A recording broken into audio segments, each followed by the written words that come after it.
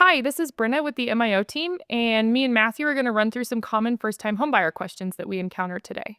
Exciting. Can't wait to hear about them. Should I rent or buy? So this is a common question we get, right? It's not should we rent or should we buy? It's not always a clear-cut answer. There are benefits to renting. You probably know that as a renter, you don't have to do the fixes around your house. You get to call your property manager or your landlord, your owner, and they're going to do that for you, which is nice. Gives you more flexibility and freedom. But the problem with renting is that your lease is not set for usually more than a year or two at a time. So if you're looking at a long-term time frame, 10, 20 years, probably not the best idea to lease or rent a property because your rent's going to keep going up in price every single year, and you're going to have a lot larger debt basically in 10 or 20 years time compared to if you buy a house, you get a fixed rate mortgage that will stay relatively the same amount. And so again, long-term time frame, 10 to 20 years down the road, you'll be paying hopefully roughly the same mortgage payments. Your taxes and your insurance will have increased, but on the whole, it'll be a lot lower than your rent price at that time. So if you are transitory and you are only in a city for 1, 2, or maybe 3 years, I probably would say it's better to rent because it does cost money to buy a house and to sell a house. But if you know that this is the city you want to raise a family in or have a career in for a long period of time, then I would definitely think there's a lot of benefits in buying a home because you get a fixed rate mortgage and you get to have the flexibility, the freedom to have that set mortgage payment, but also the freedom to decorate your house the way you want to and live the life the way you want to and not be afraid of being kicked out by your landlord because you did something wrong or they decide to move back into the house. So just having that certainty that it's yours would lead me to say it's better to buy if you are going to be in the same city for more than 3 years. What is the first step in buying a home? Another great question. So what we need to do is figure out what you're comfortable in paying on a monthly payment for your housing. We're going to do that by looking at your income, your current debts, and then there's a ratio that our lenders are going to help you understand that it's going to spit out a number that says you can qualify for a mortgage payment of around $2,500 a month. Once we know that number, then we can help you figure out with current interest rates what that will purchase in house value so that we're shopping appropriately because we don't want to be looking at $1 million houses that cost $8,000 a month when we can only afford $2,500 a month. So it really is getting into the finances, talking to our preferred lenders to help you figure out what makes the most sense for your family budget, but also what you can qualify for in a mortgage. Should I buy a house or a condo? There's not a right or wrong answer in that one. Some people that buy condos or even townhomes just prefer the fact that the outside maintenance is done for you. So you can imagine when you live in a townhome, you're in a community, there could be community developments, there could be pools and tennis courts, amenities that you would have as a community that you may not have as a single family. They usually take care of the lawn, the sprinklers, the snow removal. So it can be a benefit to people that just want less maintenance. Now you do pay for that in your monthly HOA bills compared to a single family that you are responsible for the outside of the house. And so it really just depends on your preference of whether you would like to buy a house or a condo. Now, usually condos are cheaper than single family homes. So if your budget only allows a certain price point, we may have to be shopping for a condo or a townhome for that first time home buyer property that you can hopefully buy, and then in a few years time will help you move up to that single family dream home. So you got to remember when you're buying your first time home, this is not your forever home. This is a stepping stone to maybe get you where you want to go. But if we can start building appreciation and wealth in that first time property, then we can get you to your dream home eventually. That makes sense. Totally. What kind of loan can I get as a first-time homebuyer?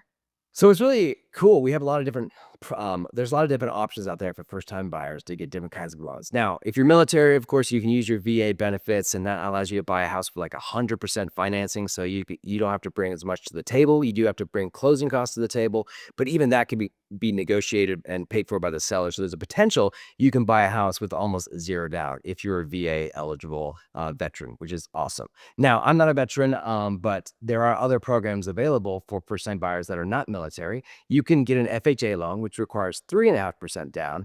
But there are also some really cool, unique programs like the El Paso County First Time Home Buyer Incentive Program or CHAFA that will help pay for that 3.5%, or at least lend you that 3.5%. So you're going to get more debt, but you may not have to bring as much to the table. So most first time home buyers use a program like an FHA loan with a low down payment, or even a conventional loan with a 3% down payment are available, depending on your credit score and other things, other factors. But there are lots of great programs out there that really do help buyers with their down payments, because that is the stumbling block sometimes with first time home buyers.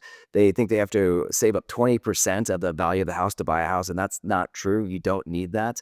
You can bring less down payment to the table.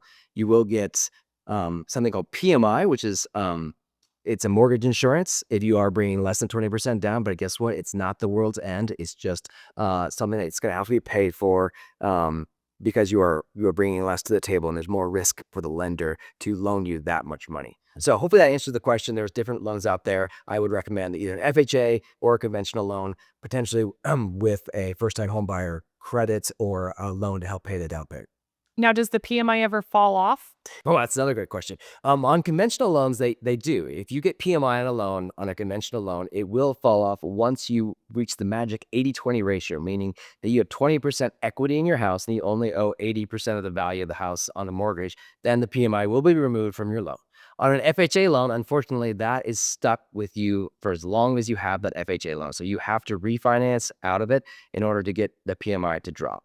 Again, PMI can range anywhere between $80 to $300 a month, depending on risk factors and other things. This is why we had great lenders. They can walk you through all of those numbers and understand every detail. Can I control my monthly mortgage payment? Ooh, I wish I could wave a magic wand and control your interest rate for you, but the interest rates are kind of set by the Federal Reserve. And so most lenders in our country will have the same rate sheets. They may vary slightly in what they offer, but basically those rates are set by the Federal Reserve. And so we all just have to play by their rules because they are the ones backing the loans. The federal government backs Fannie Mae, Freddie Mac loans, and so they kind of control the interest rates, which is why we just have to look at what you're comfortable with paying on a monthly basis, and then work backwards from that to figure out what you qualify for. Okay. And should I look at a new construction home or a pre-owned home as a first-time home buyer? There's advantages to both. New construction is amazing because no one else has ever lived in the property. You get to choose out the colors and the styles and the carpets. But just like most things in life, when you buy things new, you may have to pay a premium for it because no one else has lived in it. If you buy a used home, there could be better value there. You might get more square footage, but you also might end up with some dated finishes like gold chandeliers because it's the 1970s, and so you may not get the prettiest or the most up to date house, but you may get more square footage in an older neighborhood if you buy pre-owned. One of the benefits of buying new build right now is that builders are offering incentives with their lenders and offering really low fixed interest rates, and so they're offering even 4% interest rates if you buy with them. So that can be an advantage right now as a first time buyer buying a brand new home, is that you can lock in a really low interest rate. You would not be able to do that when you buy a pre-owned home in this current market.